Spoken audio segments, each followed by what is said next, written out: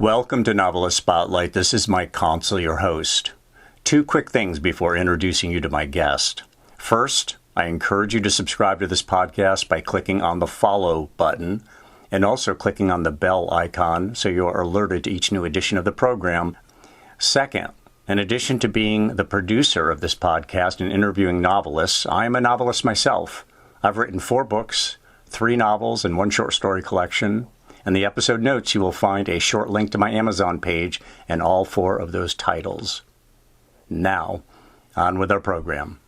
In the spotlight is Judith Valente, a journalist, poet, and the author of 6 spirituality titles and 3 poetry collections. Her most recent book, which we will be discussing during this episode, is titled The Italian Soul: How to Savor the Full Joys of Life. Now, Ms. Valente worked previously as an on-air correspondent covering faith and values for national PBS television, was also a staff writer at the Washington Post and the Wall Street Journal, and was twice a finalist for a Pulitzer Prize in journalism. Clearly, this woman knows how to report. She knows how to write. Valente grew up in Bayonne, New Jersey. For those of you who are boxing fans, you might remember a name called Chuck Wepner. He was the so-called Bayonne bleeder. Heavyweight boxer. His claim to fame was he fought Muhammad Ali, but the man bled a lot, so they called him the Bayonne bleeder.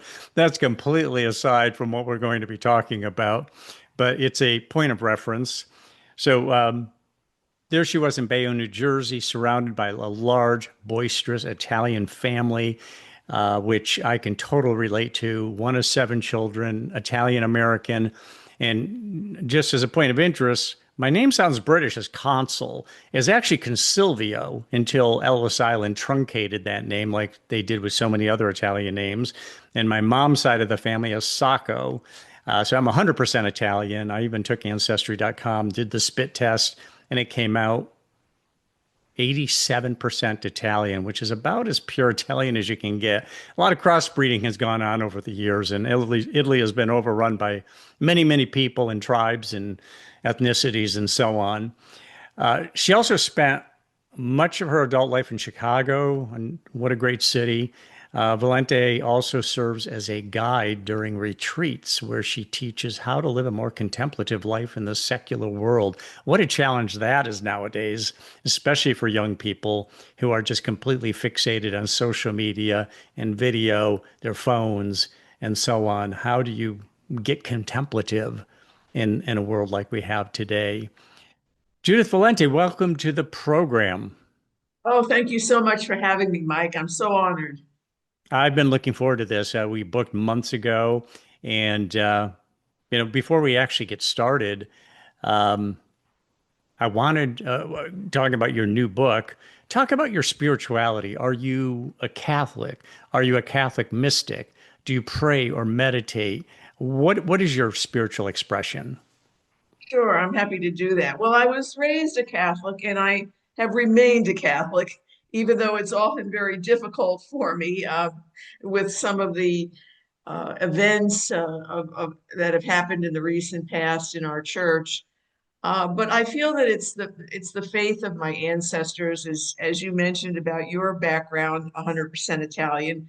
I'm also 100% Italian American, and so I grew up I grew up seeing my grandfather Benedict Costanzo, for example. I mean this strong man every day sit at the kitchen table with a stack of prayers in front of him, these prayer cards he had, and he would pray. And my mother was very faithful as well, went to novenas, dragged me along as a child. And I didn't much like it when I was a child, going to mass on Wednesday afternoon, for example, these novenas that she would go to on Wednesday afternoons. But looking back on my life now, as a middle-aged woman, I think that I received a certain grace during those periods when I would accompany my mother to her novenas that have served me well in my life. And I like to say, people say, are you a Christian? I don't know how to answer that question. I say, I believe in the message of Jesus. I believe in the message of mercy, the message of hope and compassion of Jesus. It's not necessarily that I identify, so strongly with one religion or another, but that I do identify with the really beautiful and necessary message of Jesus. Now, you have a book titled How to Be Contemplative. What is the core of the contemplative life, and what is the end goal? How do you live a contemplative life, and to what end? Yeah, it's a good question because I think people think of it as some complex thing, like you have to go off to some ashram or something, or join a monastery to be a contemplative. But I think being a contemplative simply means cultivating an ability to see the sacred and the poetic in the everyday. And that's really, Mike, why I was so drawn to Italy not only because I'm an Italian American, but because I've always been interested in how to live a more contemplative life. And I saw in the people of Italy, in their everyday practices and customs and traditions, I saw that they were on to something. They were living a contemplative life naturally. They were recognizing the sacred and the poetic in the ordinary naturally. So I became very drawn to that. So the contemplative life, what does it do for the Italians? What does it do for anybody who's living a contemplative life? Is it all about centeredness and contentment? Is it about bridging the physical and the metaphysical? Maybe there's multiple goals, but what do you see as, if somebody was to say to you, why should I worry about being contemplative? What do I get out of it? What is the answer? Yeah, I think that we all are looking for a certain amount of connectedness and wanting to know what is our place? Why are we here? What is our place in the world? And um, I think Italians bridge that gap between the divine and the common and the ordinary very well. For example, I've been here now a month. I usually stay a month or more when I come, and there's been two street festivals celebrating different versions of the Madonna. And so people parade through the streets with this life-size statue. These hardy men parade through the streets with a life-size statue of the Madonna on their shoulders. And they, every church that they pass in the community, the bells ring and people line the streets and make the sign of the cross as the statue passes. And well, what is this all about? Is this about worshiping a statue, a sculpture? No, it's about recognizing that the sacred and the divine is with us in the everyday. It's with us in the streets that we walk through every day. If we would just attune our minds, attune our eyes, our ears, our feet to recognize that. And so I think the Italians do that very well, and I wish we would do that more in the United States, as opposed to identifying so much with doctrine. You're a Christian if you believe this. You're not a Christian if you don't believe this. No, I think it's more about how do we live our lives? Do we live our lives trying to build community? Do we live our lives trying to see where God is at work in the everyday of our lives? I think that's perhaps more important than this list of rules that I follow or don't follow. Yeah, that's such an important point because Christianity, Catholicism used to have a tradition of mysticism. It was about personal experience. It had to do with prayer and meditation and actually experiencing the metaphysical realm, experiencing the supreme being. And today it is just a prescription. It's Right. here's the do's and don'ts, and just come to church, put money in the basket, and follow the prescription. But don't worry about reaching out and actually connecting with God. I think there's almost a sense of that's just pure futility. You can't actually reach across to God. And we have a long tradition of mystics in all religions that say this is possible. This is possible if you devote yourself to the and exercise the effort that's inevitably involved in that. I should mention to our listeners that Judith is joining us from the Abruzzo province of Italy, and you spend a lot of time in Italy, correct, Judith? But check me on this. You're an American citizen, but visit Italy regularly. Yes, I do. Yeah, I can stay here for 3 months at a time, and then you have to leave. Any tourist can come for 3 months without a visa, and my husband and I are trying to get a visa to stay more long term, but it's a bit of a process, so we haven't completely fulfilled that process. But I'm so glad you talked a minute ago, Mike, about that mystical tradition in not only Christianity, but almost every religion, every world religion. And one of the things that got me interested in the contemplative life was a few years ago, I had my first visit to a monastery, a Benedictine monastery. And it was as if I had come home. It was as if I walked in that monastery and I found what I was looking for. There was such a sense of community and hospitality among the sisters. It happened to be a Benedictine community in Atchison, Kansas called Mount St. Scholastica. And I just kept going back and back because I wanted this sense of community that it gave me, this sense of the dailiness of prayer. You know, the sisters get up in the morning and they pray. They pray in the middle of the day and then they pray right before they go to bed. So prayer is a regular part of their rhythm of life. And I found this to be very appealing. And one of the key components of monastic life is hospitality, the acceptance and respect for the stranger. And I see this, you know, in our own country, a country that once welcomed the immigrant and welcomed the stranger. I see this somehow falling apart in our country. And it's another reason why I think we can learn much from the contemplative life. And it would be a very healing thing for our country if we practiced those contemplative values of community building, of building a sense of belonging, and also of hospitality. Judith, that I'm convinced that one of the reasons the churches are losing parishioners has to do with that there is no mysticism anymore. There is no real, and mysticism sounds maybe esoteric, but there isn't really discussion of personal experience. There's not the sharing of personal experience. Instead, again, like you were saying, is dogma. And people get quite bored with that. People want to be doers. They want to have a personal relationship with a supreme being.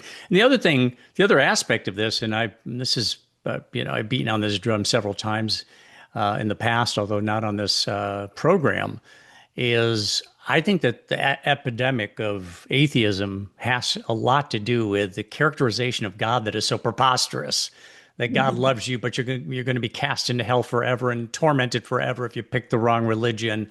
And the list just goes on and on with what I think most people see as this is a really strange conception of God, because if you were to model a parent after God, then as described in the Bible or as misinterpreted from the Bible, you would end up with Child Protective Services at your door. So, I mean, it's one of those things that I think has been really problematic on both of those fronts. Let's get to your book, though, The Italian Soul, which I recently completed. I bought the audio edition, listened to it, and very, very quickly. It's not a long book for our listeners. It's not a long book, but it is a powerful book, and it is part workbook. And when I say workbook, it's really thought experiments that Judith Valente gives to people at the end of each chapter to try thinking in terms of this or that. So what inspired your writing of the book in that particular structure? We're actually giving people thought experiments. Well, I think it's always good to give people some prompts prompts to help them perhaps look at their lives in a way that they haven't looked at it before. So each chapter ends with, a set of questions to ask ourselves, to reflect on, to ponder. But I really wrote it just observing. I was here for 3 months in 2021, between 2021 and 2022, which was right after the COVID epidemic. And that was one of my 3 month stays here. And I began to really, it was the first time I stayed in a small town as well. I'd stayed in bigger cities prior to that. And I began to see that I just began to observe how people live their lives, how important family is, how important the meal table is. Truly, in Italy, the meal table is a communion table. It's the closest thing to the communion altar that I've ever experienced outside of a church, because it's really a time of communion. It's not just a time to sit down and shovel food into your mouth so to sustain you physically. It's a time for communion with everybody else around the table, which sustains you spiritually and mentally and emotionally. Yeah. And so I really learned a real reverence for the dinner table and living here. And that was just one thing. The other thing was the hospitality of the people. And again, it goes back to this long time monastic value of hospitality, of welcoming the stranger. I mean, people, after a while, after a few weeks, people would see me regularly in the piazza. I lived on a piazza, and they would just come up to me and start talking to me. And then the next thing you know, they'd be inviting me to their house for coffee. Who does that? Mm. Who does You that don't get that anymore? in America.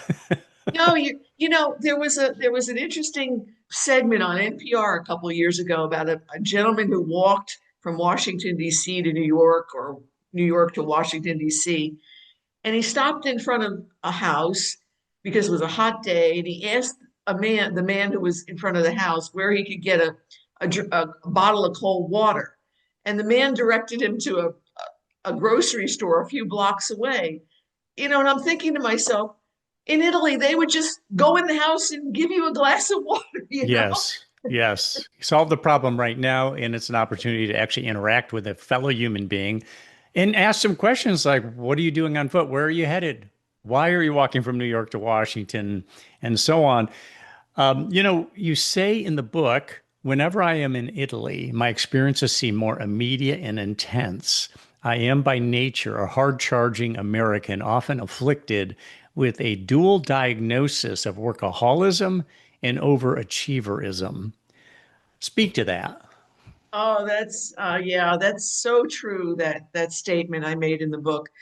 Here, I seem to have time enough for everything. When I'm home, I don't seem to have time for all my tasks. I go to bed at night and my to-do list is still very long. But here, I learned a lesson here that um, you can take time for yourself and take time for self-care and still have time enough, that's the key, for all these other things that you need to do. For example, it's a place where I feel like I'm more open to whatever is unfolding in a particular day. For example, the other night, my husband and I just wanted to go out for a walk in the evening, and we ran into the woman who runs the pizzeria on the other side of the piazza. And she's like, come in, come in, come in. I want to give you an aperitivo, a little a digestive drink, and that they serve in these little cups. And so, we were totally taken off our path for our evening walk. And we ended up spending time in this pizzeria with this woman who's the owner, and then other clients, other customers came in and they were chatting with us. But it totally threw us off from what we had set out to do. But it was the thing that we needed to do that night. We needed to have that communion, if you will, that community with other people in our neighborhood. And again, the other day, my husband was walking me to get a haircut, and who drives by but a friend we know? And he says, get in the car. There's these parachutists are going to be jumping out of a plane to celebrate the liberation of our small town in World War II. So, my husband, instead of walking me to the hairdresser, jumps in the car and goes and sees these parachutists. And it seems like if I was in if I was at home in Illinois, where I live 2 hours south of Chicago, I'd probably say to my friend, "Oh, no, no, no, no, we've got to do these other things. No, no, no, thanks, another time." You know what I'm saying, Mike? Yes, I do. I do.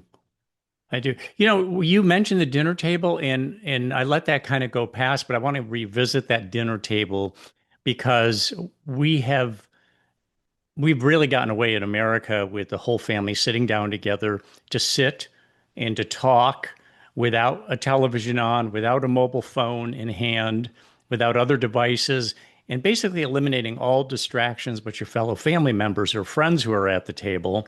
And research has shown that families that sit and eat together receive many benefits. They keep up with each other's lives. It gives them a respite from the electronic devices that consume them. It creates connectedness between family members, and even things such as better digestion and assimilation of nutrition because we're focused on what we're doing. We're not being distracted. We're talking with our loved ones and we're being conscious about eating our food. In the United States, you got to admit, Judith, a lot of people eat without, and I'm a guilty person on this. I eat fast, and Yeah. all the men in my family ate fast. I still eat fast, but we tend to consume things without even thinking about what we're consuming, not in terms of the quality of it or anything, but actually tasting the food and having the sensory experience. Exactly. I mean, food is very important here. You often hear the expression farm to table. Um, Italians love getting really fresh food, and that's why they shop every day instead of once a week at Costco or Sam's Club or wherever the heck it is. Filling up your basket for a week or two. No, they shop every day because they want it to be fresh, and you cannot expect to eat fast here. It is simply not possible. If someone invites you to their home for a meal, you're not going to be there for an hour. You're going to be there for hours, especially especially if it's a Sunday. And it's a totally different rhythm of life. My husband and I never had children, unfortunately, of our own, but I remember going to my friend's house who had children, and everybody was eating at a different time, because this child had soccer, this other child had ballet. Everybody was eating something different because this child didn't like this kind of food and this one liked that kind of food. And you just do not see that in Italy. You sit down at the table as a family. In fact, everything shuts down in a lot of these small towns. And I'm in Abruzzo, the region of Abruzzo, which is away from Milan, away from Rome. It's away from the bigger cities, Turin, Bologna. But people still in these small towns, and even to some extent in the bigger towns, shops will close down at 1 o'clock, and then people go home and they eat their lunch at home. And the school children go home and they eat their lunch at home. So, as I said, eating is almost a sacramental act here. Yes. And I grew up in the New York area, right outside of New York City in Bayonne, New Jersey, as you mentioned. And we'd eat at hot dog stands. Remember, standing up Yes. at a hot dog stand And and hot eating your pretzels. or hot pretzels, or getting a bagel and eating it on the street. Walking to your work. Um, both all the years that I was a journalist, most of my colleagues and myself included, we'd eat lunch at our desks. And half Yeah. the time we'd be on the phone eating our lunch. No, that just isn't done here, and I think it's a healthier way to live. We talked so much today about mindful living, but What we're talking about right now, Judith, is mindful eating, which is a component of mindful living. You want to consciously be eating. And even my brother's in the restaurant business. And I remember he told me one time he's sitting with his wife and his daughter, and he would give lessons to his daughter. He would say, think about the people who were in the fields, who cultivated these tomatoes and this lettuce and in the factory making this pasta, all the people all over the world, the work that they put into this so that we could enjoy it right now. They did all the work for us, and yet here we are able to enjoy it. So it enlarged the whole vision. That whole vision in the creation of that food is also like a sacrament. You hear people talk about, you know how this works, Judith. If you were to make a wonderful meal and somebody asks you for the recipe and you handed it over to that person, they could make the exact same recipe and comes out tasting different because it has so much to do with the love that's put into it or the attitude that's put into it, with the care that's put into it. It sounds kind of magical, but food is indeed magical. In fact, one of the things I complain about with wine, I think wine is magic because you go to a restaurant, you're surrounded with friends and maybe family, you're drinking wine. It's an outstanding bottle of wine. You look at the label, maybe even take a photograph of the label with your mobile phone, thinking, I got to get a bottle of this. I go buy the bottle, I open it up at home on a good occasion, and it doesn't taste the same because I'm not in the same environment. The whole vibratory state around us is different, and I'm not with the same people. So beer is just the opposite. Beer is very stable. Beer tastes the same really everywhere you drink it, but wine is very magic in my estimation. I don't know how you feel about that. I'm sure you're a wine drinker. Well, when you were talking, Mike, I kept thinking about the brilliance of the genius of Jesus saying to his followers, "Remember me through bread and wine."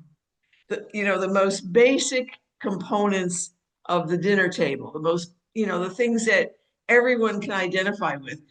And someone told me a story about a person they knew who every time they picked up bread on the dinner table, they thought about Christ, they thought about Jesus. And I thought that was so beautiful. And every time, every time we sip a wine, it can be a sacramental experience because it relates to uh, the bread and the wine of the communion altar. So it's all kind of interrelated when you think about it. Yes, it absolutely is. Judith Valente writes, my Italian friends have an attitude that looks out at the world with a sense of openness, attention, and wonder. And, one of the things biblically they talk about being like the child again. Maintaining a sense of wonder is one of the most difficult things you can do because when you've lived, as long as I've lived, as long as you've lived, things can become very routine very easily. Everything we see, everything we do can have that feeling of routineness. It's very difficult to have that sense of wonder, unless I suppose we live that contemplative life that you espouse. Right. I think you just gave a very good definition of the contemplative life by reading that passage. And I'm so glad you brought it up because a friend of mine, a fellow writer named Kathleen Tarr, Tarr, she's a poet and a writer, talks about taking a vow of wonder. And I'm so drawn to that idea that we can every day wake up renewing our vow of wonder, even if we're seeing even if we're walking the same streets, we're taking the same roads to work. Um, Even if we're sitting at the same kitchen table every day it's going to be a little bit different if you're looking at it with those eyes of wonder. And I just also read an article, an interview rather, with the poet laureate of the US, Ada Limon, where she's talking about startlement, um, as regaining a sense of startlement about our world and, just thinking about things in a different way. And one of the examples she gave was the birds see us before we see the birds. Now think about that. That's kind of interesting. And so ever since I read that interview, I've been walking around trying to look at the birds, look at the various birds that are out there and thinking, wow, they're seeing me too. And it's a little bit of a different way of looking at the world. Yes. Yeah, we tend to always see things outwardly. We're the observer Yeah. and they're around. And oftentimes there's this sense that animals are clueless as to our existence. But in reality, animals, because they have predators, they're very aware of everything going on around them. And I think that often gets overlooked is that animals, as a sense, as a means of survival, they're very aware of the things around them, and not just for survival, but you want to be connected to your environment. You want to know exactly what's surrounding you and so on. We don't have the market on that. Well, Um, we tend to think we're the center of the universe, and exactly. all you have to do is really go out and look at the night sky on a nice clear night when there are a lot of stars, and lately the planet there's several planets have been in alignment over the last couple of months. All you have to do is look at the night sky and know, gee, we're not it. There's a lot of other it's out there. Well, and we're not even central Yeah. necessarily. I'm glad you brought this up because, we had Copernicus who was nearly murdered because he said, hey, mathematically, I've just figured out the universe isn't revolving around the Earth. We're actually revolving around the sun, which was, of course, heretical at the time because no, no, no, everything's revolving around us. But mathematically, he was able to prove it. And I said, I wonder if ever a Copernicus of cosmology could come along who could show in some way, don't ask me how, it seems impossible, but we are not the center of creation. We are not the crown of creation, as the Hindus call it. We are one expression of the creation of the supreme being, and we make ourselves central because any living being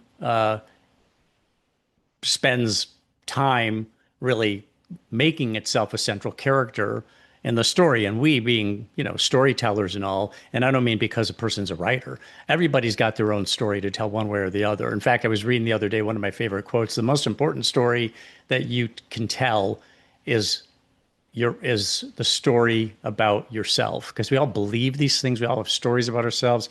We all have these conceptions of ourselves. But I'm getting off course here. I think that the fact that we see human beings as central to creation is another reason why there's so much atheism, because what does it inevitably lead to? If there's a God, how could he let this happen? If there's a God, how could it let this happen? Meanwhile, we see all kinds of species going into extinction, and ant battles that are epic. I mean, enormous ant battles going on around other parts of the world, and we think nothing of it because they're incidental to our existence.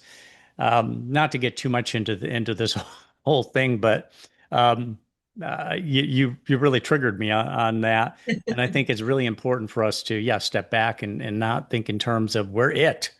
Well, all you have to do is look to the sky and look at was it C.S. Lewis who said when a person looks to the sky, sees the stars, and realizes they're an infinitesimal Yeah. component of the universe, he or she has had their first spiritual experience. Right, right. You mentioned that quote about the most important story we can tell is who am I? I think the most important question we can ask is who are you?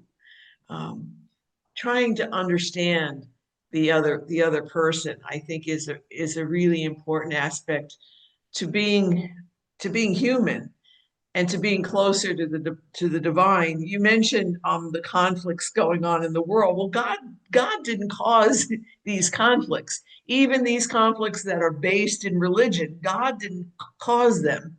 We cause them. Human Hmm. beings cause them, and it's because we somehow separate ourselves into tribes from time to time, and that gets us into a lot of trouble. And so I think putting the focus on trying to understand the other person is a really important aspect of the contemplative life. but also living a more peaceful life and living in a more peaceful world, which we certainly are seeing seeing today. The you know the The detritus and scourge of, yeah, yeah, the the scourge of a scourge. lack of connectedness. Yeah. And I was, all these shootings, all these alienated youth. I doubt they're sitting at the dinner table with their families and having, connected discussions. They're obviously feeling alienated. They're lonely. They don't Yes. feel a part of anything. They don't feel a part of anything larger than themselves. And that's, it's not only I mean, it's catastrophic. It's not only tragic for them personally, but then it's catastrophic for society, where we don't even feel safe among ourselves. And this is an American phenomenon. This is not something that's happening everywhere. But it goes to show that, in fact, this plays in, I think, to the next quote I want to read from your book. It says here, Italy is revered for its storied art and architecture, superb food, classic wines, and elevated aesthetic sense, be it in fashion or product design. What I appreciate most is its gentler, more balanced way of life, what might be described in a kind of shorthand as la dolce vita, the sweet life. Right. Yeah, again, I think that that really captures my experience and the experience of so many people in Italy. It doesn't mean that Italians don't work or they don't work hard. It doesn't mean that they don't struggle, but they have I think Italians have a sense of when to work and when to stop work. That sense of balance that I often found when I was working as a journalist was way out of whack. My life was way too much work and too little self-care and time for leisure and to simply do nothing. Um, Italians understand that. I mean, they get 5 weeks of vacation and it doesn't seem to affect their economy. They're the third largest economy in Europe. I mean, who gets 5 weeks of vacation in the US unless maybe you're the CEO and maybe not even the CEO of a corporation, because then you have to be on all the time or your board of directors will boost you out. Um, Yeah, you but have to get senior. You have to be very senior to get up to 6 weeks, or in some companies, yeah, 8 weeks, but you have to work for decades before you get to that decades. point. Yeah, I know. And then there's the whole thing about universal health care. I know this is a big debate. This is a big bugaboo in the United States to talk about, universal health care, government funded health care. But Italy has a very, people in Italy have a very good longevity record. I think the average age is something like 83 here, if I'm getting my numbers right. Italy has the second highest longevity. The people of Italy have the second highest longevity in all of Europe, second only to Switzerland. Okay, Switzerland. Who argues with Switzerland? And the United States is 48th in longevity. So you tell me, who's Who's who's health, healthier? healthier? Exactly. Yeah. And it starts in between the ears. It starts with mentally, emotionally. If that's not there, then everything starts to degrade. Everything below the head begins to degrade if the head's not right. Um, you know, why aren't Italians procreating more? They're I think second behind Yeah. Japan as the oldest society in the world, and they're just not having babies like they used to. So, and it's not just Italy; it's happening in lots of places in the world. But Italy is a very old society, and they're not procreating. What's going on? Yeah, it's a very big irony to me because Italians love children. I mean, children go everywhere. Um, I used to sit on my balcony when I was living in the small town for 3 months, and it was around the corner from a primary school. And the kids would come running out of primary school, and there would be grandparents and parents meeting them, to take them home from school or to take them home for lunch. And they would just be hugging these kids as they ran out of their schoolyard. And it's a very ironic thing to me. I think part of it is there's a sense that maybe they can't provide for children as well as they could. Um, it's hard to fire people in a place like Italy. There's a lot of protections, and so it makes it a little more difficult probably a lot more difficult for younger people to get into the workforce. And I think younger people are worried about getting a steady job, getting a good job, just as they are in the United States. I mean, in the United States, people are getting married later and later in life as well because of fear of not being able to provide for their families, fear of not being able to save enough to buy a house, for example. So I don't have the answer to that, Mike. Why I'm not a sociologist, why they're not having children, but I do think it has something to do with this um, concern about being able to provide for children adequately. Yeah. You also write, destroying historic buildings in Italy is nearly impossible. Italy is one of those societies that honor its past. It's got beautiful buildings, beautiful architecture, and the people of Italy seem to realize that we are standing on the shoulders of the people who built the Colosseum, who built the Forum, who built all kinds of historic structures that are all over our country. And we revere that rather than decide, well, let's tear this thing down and build modern condominiums. Yeah, I live now 2 hours, 2.5 hours south of Chicago in a college town. And there was this beautiful church on a corner when I first married my husband and moved from Chicago down to Normal, Illinois, and Central Illinois. And and one day they just knocked it down to put up a CVS pharmacy. I mean, it was a beautiful Gothic church, and that just kind of thing just wouldn't happen in Italy. And now in my hometown of Normal, Illinois, where I live now, college town, Illinois State is there. They're talking about destroying a building that has a long time mural on it that was very beloved by the community, but for some reason they want to knock that building down and probably put up another, pharmacy or some stupid thing. Um, you know, yeah, I mean, there is this appreciation of the past, and I'm gonna turn it towards something else that is also related. I told you I was here for 3 months right after COVID. The COVID rules sort of opened up and people could travel again. And I noticed in Italy there was no problem with people social distancing, for example. You walked into church and there were these green dots on the pews telling you, how far apart you should sit. And there were signs on the doorways to businesses saying, 6 people at a time inside.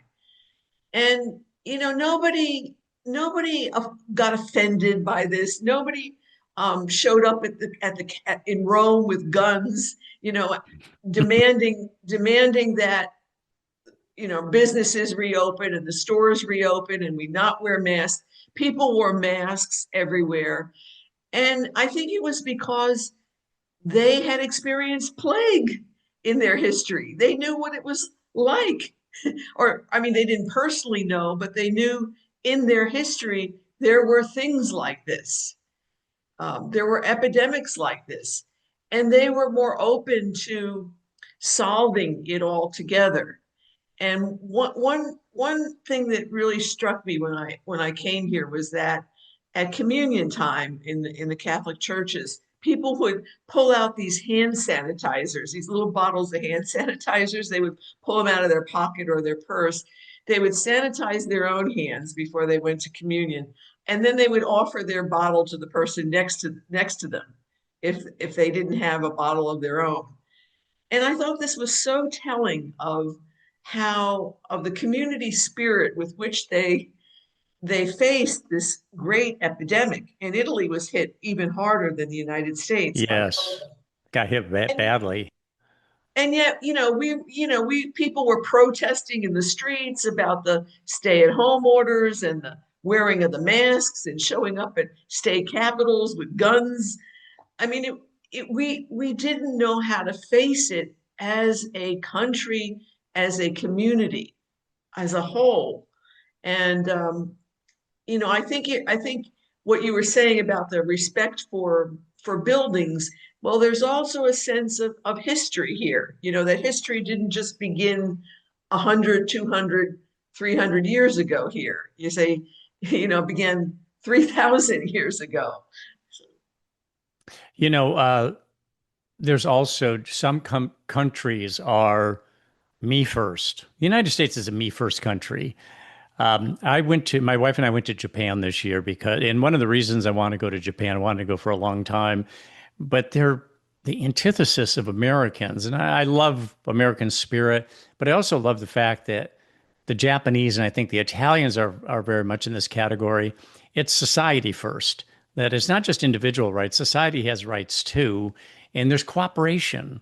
And I saw things in Japan that I like trains and such that were immaculate and with seats that would have been torn apart if they were put on a US train. It's there was just so much more cooperation. And when you reference COVID, I believe I'm quoting from your book right now. During COVID in Italy, in their narrow houses and cramped apartments, neighbors instead serenaded one another from their balconies, singing and playing musical instruments to shore up everyone's spirits. That was on national news right here in the United States. They were showing that. The Italians singing across alleys and across streets. So there was again that Italian spirit and that the spirit that says reach out and connect with other people and participate with them in the singing and the playing.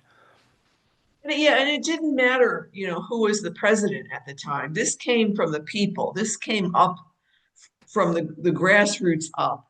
We could say we had poor leadership in America during the COVID crisis. I won't even go there.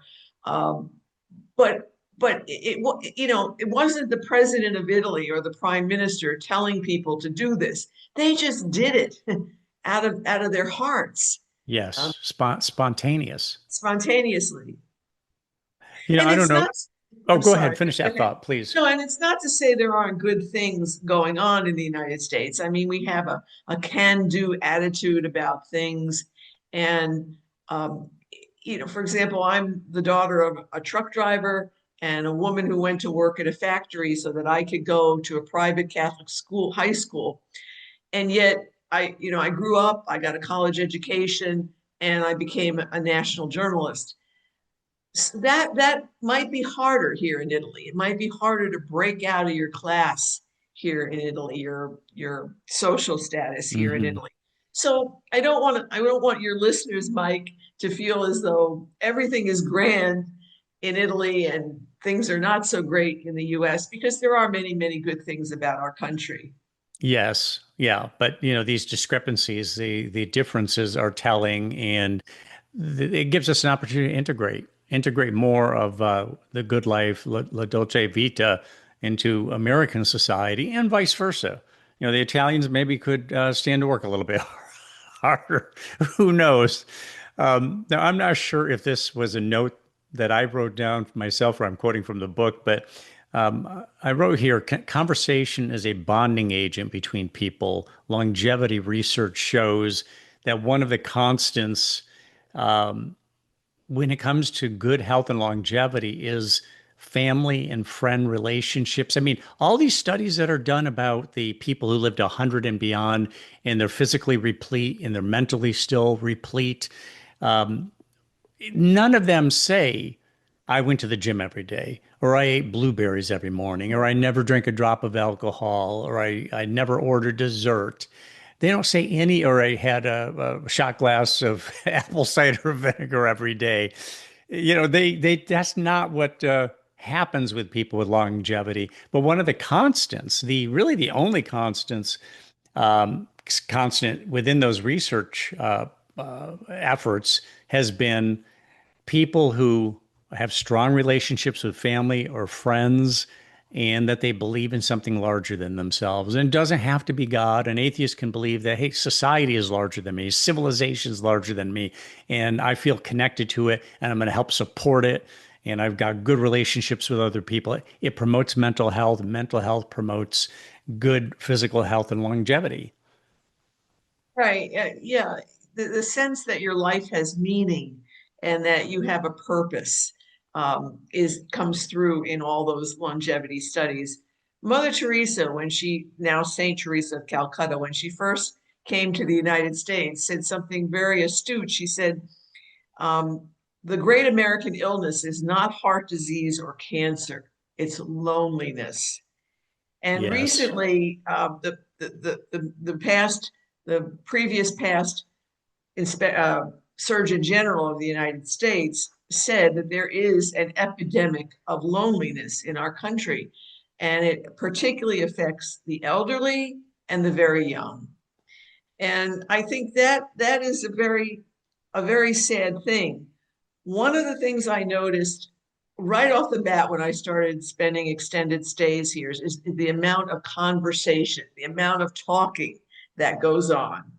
They're talking in the piazzas, they're talking on park benches. They're talking with their windows and their doors open so that you can, you get, as you pass houses, you get snippets of conversation that's going on. And we had an interesting experience when my husband got, I think it was bronchitis that he got. And he had to go to the doctor every day for these shots. Instead of giving him antibiotics, he got these shots. And I noticed that the same people were showing up at the doctor's office every day. And then I finally realized that they weren't all there because they were sick. They were there for the conversation. The doctor's office was a place to go and see and be seen and, chat with people and find out what was going on, the doctor's office. And so I think it has to do with people living, as you mentioned, in very cramped quarters, often very narrow buildings. And so they have to get out. They have to get out into the air. And that's why there's these, beautiful big piazzas all over Italian cities. So, and parks, so people can get out, take the air, as they say, cambiare l'aria, to change the air, as they say in Italian. And this lends itself to just people talking with each other. My landlord in Cassino, when I lived in Cassino, which is up by Rome, about an hour and a half from Rome, in the province of Lazio, he was 83 years old. But every morning he would come down 3 flights of stairs from the building we were living in, walk about 15 minutes in his leather jacket and his black fedora to the same cafe and meet with his retired friends. And they would sit and they would read the paper, or they would chit chat about the day's news or sports or their families. And, it was a way that he thrived. It was the companionship, it was the physical exercise he got walking to the cafe and back every day, which helped him to live. And now I just was in contact with him. He's now 94 years old. And Wow.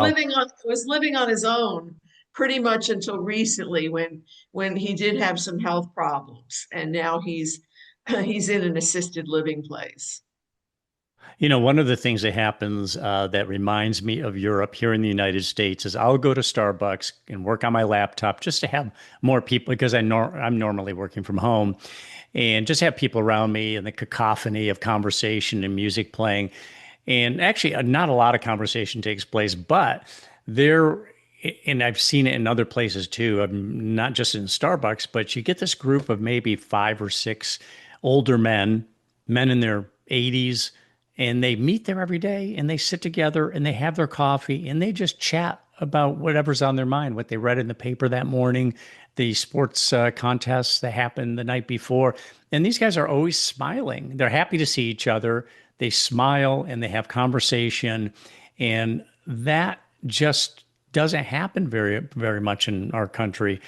The other thing I want to No, point out is No, go ahead and comment on No, that, and then what I I'll see have in a follow-up. Starbucks is people in their individual bubbles. They're either Yes. looking at their phones or they're, or like you said, on your computer. And I wish there were more of that, little groups meeting on a regular basis or even a daily basis. I wish there was more of that. Yeah, and I'm in my bubble when I'm in there too. Although if anybody starts up with me, I'm happy to chat. In fact, that leads me to I just returned from a cruise to Alaska. My wife and I were on this cruise, and at the end of the cruise, I was it was a final day, and everybody was going to be getting off the ship, and I was in an elevator, full elevator. Nobody was saying anything, and I just happened to make the comment that, well, we're a lot quieter at the end of the trip than we were at the beginning of the trip. And everybody started breaking out into conversation. And Mhm. my point being that so often we're just quiet around one another. We're a little self conscious about just bringing something up, just speaking up. But when you do that, people, you can see that people are hungry to talk. They would like to Right, talk, but they're reticent to be the one who ignites the match. And I've never been right. that way. I've always been one to speak up, and I ask a lot of being a journalist myself. And my wife says, "Why do you have to ask so many questions?" I said, "Because people are starving to talk about themselves. I ask them questions about themselves, and I don't think very many people get asked about themselves. And once they start asking them about themselves, they are full of chatter, and I learn a lot of things about their lives, and it enriches my life." Right. Right. And I think that's And very it much what has, happens in Italy, what you're talking about there. but it also has to start with us. As you said, you have to be the match. You have to light the match, to be the one that starts the conversation. We can't sit back and say, "Oh, nobody's talking here." No, we have to be the ones to start that conversation, to create that sense of belonging and community. You know, I tend to think of Italy, and people listening to this might be thinking in terms of, I should make a visit to Italy. I'd love to see this stuff. It would be a great time to make a vacation to Italy. And I will tell you and them, you know this very well. There's a couple of countries out there in the world, Italy and France, I think, chief among them. And the United States as well, of course, because we're a very large country. But if you go to Italy, unless you're going to spend 6 months there at a time, maybe more, you're going to need to make repeated trips. There is so much to see in Italy. Even though it's not a massive country, it's a country that is so rich in architecture, in history, in its cities, in its countryside, its food, its beverage, and so on. I've been to Italy, to Rome and Venice. Venice, I think, is the most romantic city in the world that I've been to anyway. I'm going back next year to Italy to see other parts of Italy. But wouldn't you agree that Italy requires a tremendous amount of time to not only to see the sights, but also really insinuate yourself into the people that we're talking about who are so friendly and living that sweet life, as you say? Since I wrote the book, people ask me, well, where should I go? And I say, well, try to pick a place that you don't know anything about. There's all these other regions. People, as you said, people know Florence, they know Rome, they know Venice, maybe they know Bologna, maybe. Uh, Maybe pick a Pisa. region. Yeah, Cinque Terre and the Amalfi Coast. Pick a place that you really don't know that much about. There's all these other regions like Abruzzo, like Basilicata, like Sicily. Sicily is a great place to go. There's so much history there, and the people are so nice in Sicily. They really are. That somehow it got associated with the mafia somewhere along the line, but that's not the everyday person that you meet. Um, so, pick a place and maybe stay there for 2 weeks. Take day trips out to different places. Sicily is a great place to do that, by the way, where you could take lots of day trips and still have a home base. And Basilicata, there's Molise, there's all these places up north, in the north of the country that I haven't even explored yet. In the many regions near France, for example, in Switzerland, that I'd like to go to. That each have its own character. It's like saying, you know, it's like saying, I know the United States because I've been to New Jersey. You know, or I know what the United States is like because I've been to California. Well, no, California is so varied. Not even Californians know all about California. So Italy is like that. It's a very, very varied place, and you can make repeated trips here and never see it all or know it all. Well, you make reference to quote unquote slow tourism. Mm. Explain that. That's exactly what I mean. Staying in one place for an extended period of time. So you experience the rhythm of life in that place. You get to experience the customs of that place, the culinary arts of that place, and begin to form relationships. Slow tourism is not about seeing as many sights as you can see. It's about forming relationships with people. And I think that's the gift of travel. The gift of travel is it lets us know about other people. And in doing so, often reveals something about ourselves. Yes, yes.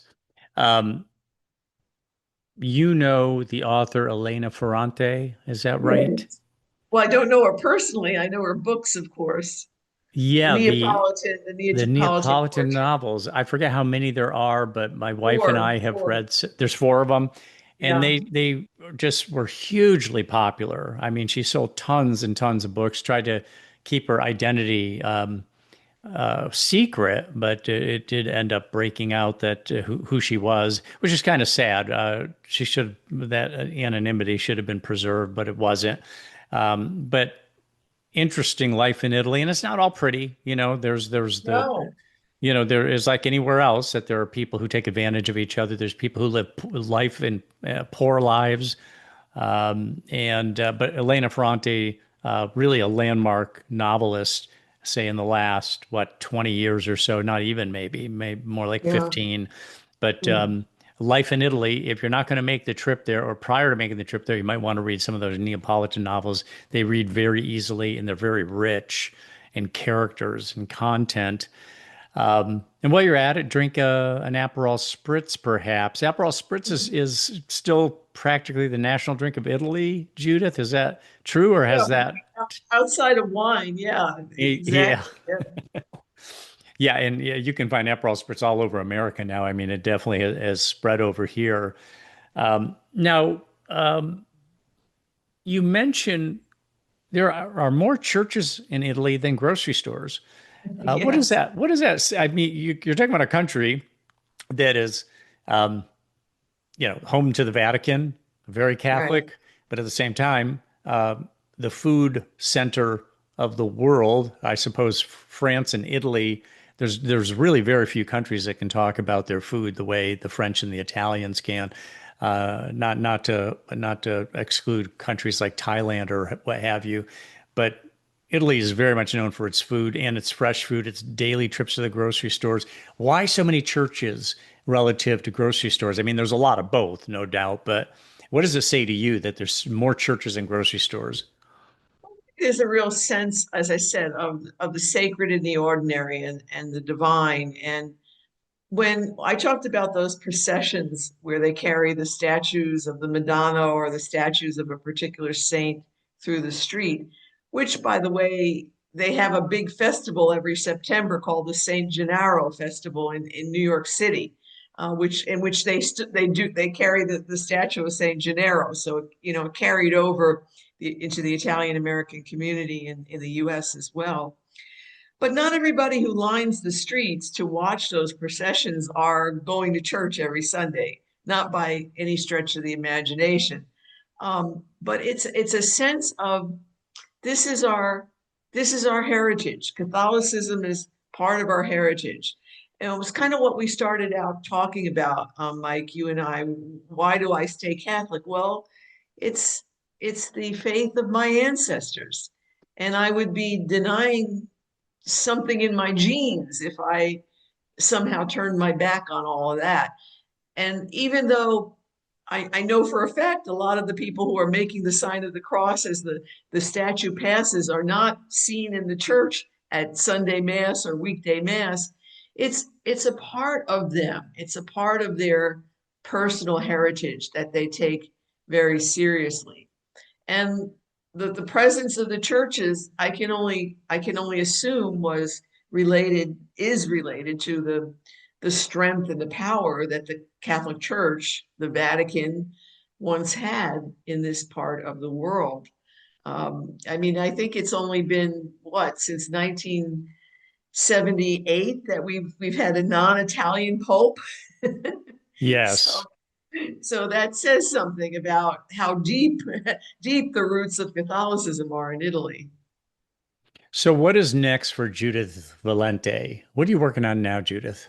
Yeah, thanks for asking. I'm working on a biography of the great American peace activist Eileen Egan, who was Mother Teresa's traveling companion and also Dorothy Day's traveling companion.